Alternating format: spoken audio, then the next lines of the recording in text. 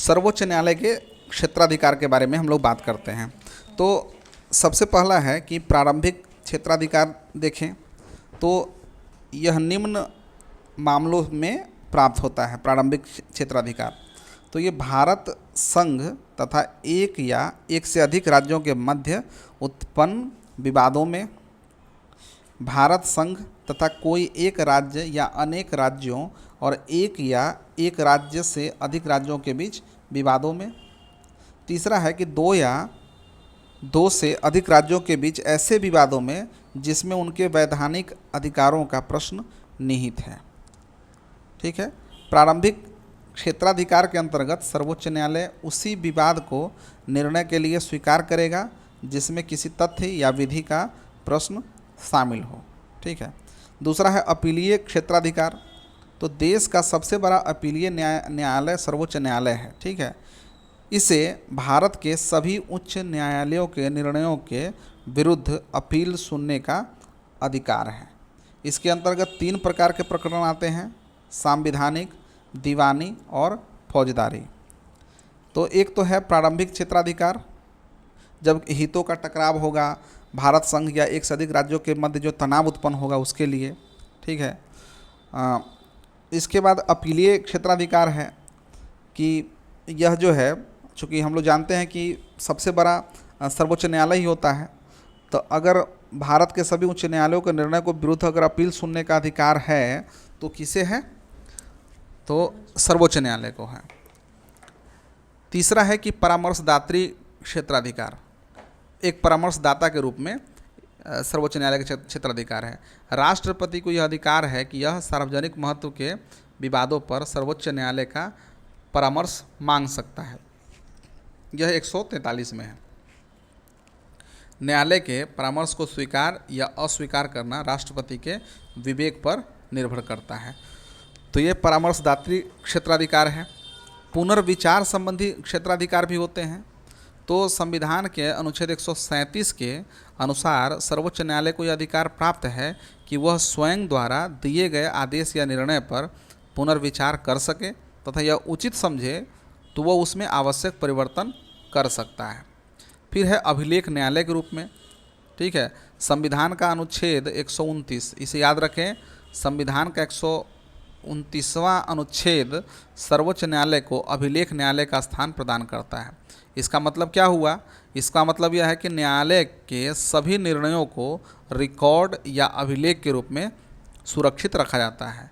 इन विषयों को भविष्य में देश के किसी भी न्यायालय में नज़ीर के रूप में पेश किया जाता है। जैसे हम लोग कभी कभी सुनते हैं ना कि सुप्रीम कोर्ट का जजमेंट ये आया है, तो सुप्रीम कोर्ट के जजमेंट को रेफ़र किया जाता है। तो ये है। आगे बढ़ते हैं। मौलिक अधिकारों के रक्षक के रूप में क्षेत्राधिकार है। तो भारत का सर्वोच्च न्यायालय नागरिकों के मौलिक अधिकारों का रक्षक है। अनुच्छेद 32 सर्वोच्च न्यायालय को विशेष रूप से उत्तरदायी ठहराता है कि वह मौलिक अधिकारों को लागू कराने के लिए आवश्यक कार्रवाई करे। न्यायालय मौलिक अधिकारों की रक्षा के लिए बंदी प्रत्यक्षीकरण, परमादेश, प्रतिषेध, अधिकार परीक्षा लेख और उत्प्रेषण के लेख जारी कर सकता है। सर्वोच्च न्यायालय में संविधान के निर्वचन से संबंधित मामलों की सुनवाई करने के लिए न्यायाधीशों की संख्या कम से कम कितनी होनी चाहिए? 5 होनी चाहिए। अनुच्छेद 145(3) में दिया गया है। ठीक है। इंटरप्रिटेशन के लिए संबंधित मामलों की सुनवाई, यानी कि उसमें क्या होता है कि किसी खास शब्दों की व्याख्या की बात होती है, तो उसके लिए न्यायाधीशों की संख्या कम से कम कितनी होनी चाहिए? 5 होनी चाहिए। अब हम लोग उच्च न्यायालय पढ़ते हैं। ठीक है। तो उच्च न्यायालय का क्या है कि संविधान के अनुसार प्रत्येक राज्य के लिए एक उच्च न्यायालय होगा। 214 में दिया हुआ है। ठीक है। 124 में क्या दिया हुआ है? सर्वोच्च न्यायालय। और उसी को उल्टा कर देते हैं, जैसे 1 2 4। ठीक है। 2 1 4, 4 तो लास्ट में ये है। इस प्रकार से हम समझ सकते हैं। लेकिन संसद विधि द्वारा 2 या 2 से अधिक राज्यों और किसी संघ राज्य क्षेत्र के लिए एक ही उच्च न्यायालय स्थापित कर सकती है। यह 231 में दिया गया है। वर्तमान में भारत में 25 उच्च न्यायालय हैं। इतने ही है ना? हाँ, 25 उच्च न्यायालय है जिनमें से 3 उच्च न्यायालय का अधिकार क्षेत्र एक राज्य से अधिक है। केंद्र शासित प्रदेश दिल्ली और जम्मू कश्मीर में उच्च न्यायालय है। प्रत्येक उच्च न्यायालय का गठन एक मुख्य न्यायाधीश तथा अन्य न्यायाधीशों से मिलाकर किया जाता है। इनकी नियुक्ति राष्ट्रपति के द्वारा की जाती है, 217 में दिया हुआ है। ठीक है, 217 में। भिन्न भिन्न उच्च न्यायालयों में न्यायाधीशों की संख्या अलग अलग होती है। उच्च न्यायालयों के न्यायाधीशों के लिए योग्यता, तो ये तो अनिवार्य है कि भारत का नागरिक हो, कम से कम 10 वर्ष तक न्यायिक पद धारण कर चुका हो अथवा किसी उच्च न्यायालय में एक से अधिक उच्च न्यायालयों में लगातार 10 वर्षों तक अगर अधिवक्ता रहा हो। ठीक है, हम लोग यह देखें कि उच्च न्यायालय की एक सूची दी गई है, 25 जो उच्च न्यायालय है इसकी सूची दी गई है, इसे हम लोग देखेंगे। सबसे पहले ऊपर में देख लेते हैं कि उच्च न्यायालय के न्यायाधीश को उस राज्य जिसमें उच्च न्यायालय स्थित है का राज्यपाल उसके पद की शपथ दिलाता है। ठीक है, उच्च न्यायालय के न्यायाधीश का अवकाश ग्रहण करने की अधिकतम उम्र सीमा जो है वो कितना है, 62 वर्ष है। सर्वोच्च न्यायालय का कितना था, 65 वर्ष। और न्यूनतम सीमा का उल्लेख नहीं था और इसमें भी नहीं है। उच्च न्यायालय के न्यायाधीश अपने पद से राष्ट्रपति को संबोधित कर कभी भी त्यागपत्र दे सकता है। ठीक है, आप देखें कि जब नियुक्ति होती है तो उनको शपथ दिलाने का काम कौन करते हैं, राज्यपाल। लेकिन जब त्याग पत्र देना होता है तो किसको संबोधित करके त्याग पत्र देते हैं, राष्ट्रपति को। ठीक है, जिस व्यक्ति ने उच्च न्यायालय में अस्थायी न्यायाधीश के रूप में कार्य किया है वह उस न्यायालय में वकालत नहीं कर सकता, किंतु वह किसी दूसरे उच्च न्यायालय में अथवा उच्चतम न्यायालय में वकालत कर सकता है। ठीक है, इसे याद रखें कि अगर किसी ने अस्थायी न्यायाधीश के रूप में कार्य किया है किसी हाई कोर्ट में, ठीक है, तो उस हाई कोर्ट में वो वकालत नहीं कर सकता है, दूसरे में कर सकता है। हाँ, और उच्चतम न्यायालय में भी वकालत कर सकता है। केरल उच्च न्यायालय ने 1997 ईस्वी में सबसे पहले बंद को असंवैधानिक घोषित किया था। ये क्या होता है, बंद, धरना प्रदर्शन बंद को गैर संवैधानिक कहा था। ये केरल हाई कोर्ट ने 1997 की बात है। आगे है कि उच्च न्यायालय के न्यायाधीश को उसी प्रकार अपदस्थ किया जा सकता है जिस प्रकार उच्चतम न्यायालय का न्यायाधीश पदमुक्त किया जाता है। ठीक है, तो कैसे किया जाता है, हम लोगों ने देखा कि संसद में प्रस्ताव पारित किया जाता है, प्रार्थना प्रस्ताव पारित किया जाता है, उसके बाद पदमुक्त किया जा सकता है। और वहाँ पर जो है स्पष्ट बहुमत होनी चाहिए।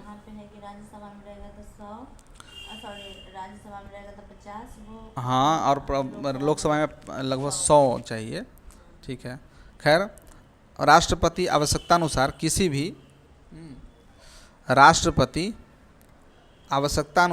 भी उच्च न्यायालय में न्यायाधीशों की संख्या वृद्धि कर सकता है अथवा अतिरिक्त न्यायाधीशों की नियुक्ति कर सकता है। राष्ट्रपति उच्च न्यायालय को किसी अवकाश प्राप्त न्यायाधीश को भी उच्च न्यायालय के न्यायाधीश के रूप में कार्य करने का अनुरोध कर सकता है। उच्च न्यायालय एक अभिलेख न्यायालय होता है, जैसा कि सर्वोच्च न्यायालय भी है, अभिलेख न्यायालय होता है। उसके निर्णय आधिकारिक माने जाते हैं तथा उनके आधार पर न्यायालय अपना निर्णय देते हैं। ये 215 की बात है। ठीक है, भारत के मुख्य न्यायाधीश से परामर्श करके राष्ट्रपति उच्च न्यायालय के किसी न्यायाधीश का स्थानांतरण किसी दूसरे उच्च न्यायालय में कर सकता है। ठीक है, अब हम लोग जो सूची दी गई है उसे हम लोग देखते हैं। तो सबसे पहले देखें कि कलकत्ता हाई कोर्ट, इसकी स्थापना 1862 में हुई थी। और देखें कि 1862 में कलकत्ता, बम्बई और मद्रास, ध्यान से देखिए कि कलकत्ता, बम्बई, मद्रास ये तीनों की स्थापना कब हुई, 1862 में हुई। ठीक है, अगर राज्य क्षेत्रीय अधिकारिता देखें तो कलकत्ता किस राज्य से संबंधित है, पश्चिम बंगाल से, अंडमान निकोबार द्वीप समूह से। याद रखें कि पश्चिम बंगाल और अंडमान निकोबार द्वीप समूह इनका राज्य क्षेत्रीय अधिकारिता है। मूल स्थान कहाँ है, तो कोलकाता में है, और खंडपीठ पोर्ट ब्लेयर में है और जलपाईगुड़ी में है। ठीक है, इसको याद रखने की आवश्यकता है कि कलकत्ता हाई कोर्ट की खंडपीठ कहाँ कहाँ स्थित है, पोर्ट ब्लेयर में और जलपाईगुड़ी में। अगला है कि बम्बई, जैसा कि आप जानते हैं कि कलकत्ता, बम्बई और मद्रास तीनों में स्थापना वर्ष 1862 है। तो बम्बई का देखिए, महाराष्ट्र, गोवा, दादर और नगर हवेली और दमन और दीव, ये तो आपको पता है कि सब दोनों साथी है, एक केंद्र शासित प्रदेश, और 2 राज्य और 1 केंद्र शासित प्रदेश इसके अधिकार क्षेत्र में है। मुंबई इसका मूल स्थान है, नागपुर, पणजी और औरंगाबाद, इसे याद रखें कि इसकी खंडपीठ कहाँ कहाँ स्थित है, नागपुर में है, पणजी में है और औरंगाबाद में स्थित है। मद्रास का जो राज्य क्षेत्र है वो तमिलनाडु और पुदुचेरी है, ठीक है, तमिलनाडु और पुदुचेरी। मूल स्थान चेन्नई में है और मदुरई इसकी खंडपीठ कहाँ स्थित है, मदुरई में इसकी खंडपीठ स्थित है। इसके बाद 1866 में इलाहाबाद हाई कोर्ट की स्थापना हुई। उत्तर प्रदेश उसके बाद इस मूल स्थान कहाँ है, प्रयागराज, और लखनऊ इसकी खंडपीठ है। याद रखें, राजधानी में इसकी खंडपीठ है। आगे बढ़ते हैं, कर्नाटक 1884 में कर्नाटक राज्य से संबंधित है। बेंगलुरु जो है मूल स्थान इसका बेंगलुरु में है। इसके बाद पटना हाई कोर्ट की स्थापना 1916 में हुई है और बिहार इसका राज्य क्षेत्र है, पटना में यह स्थित है।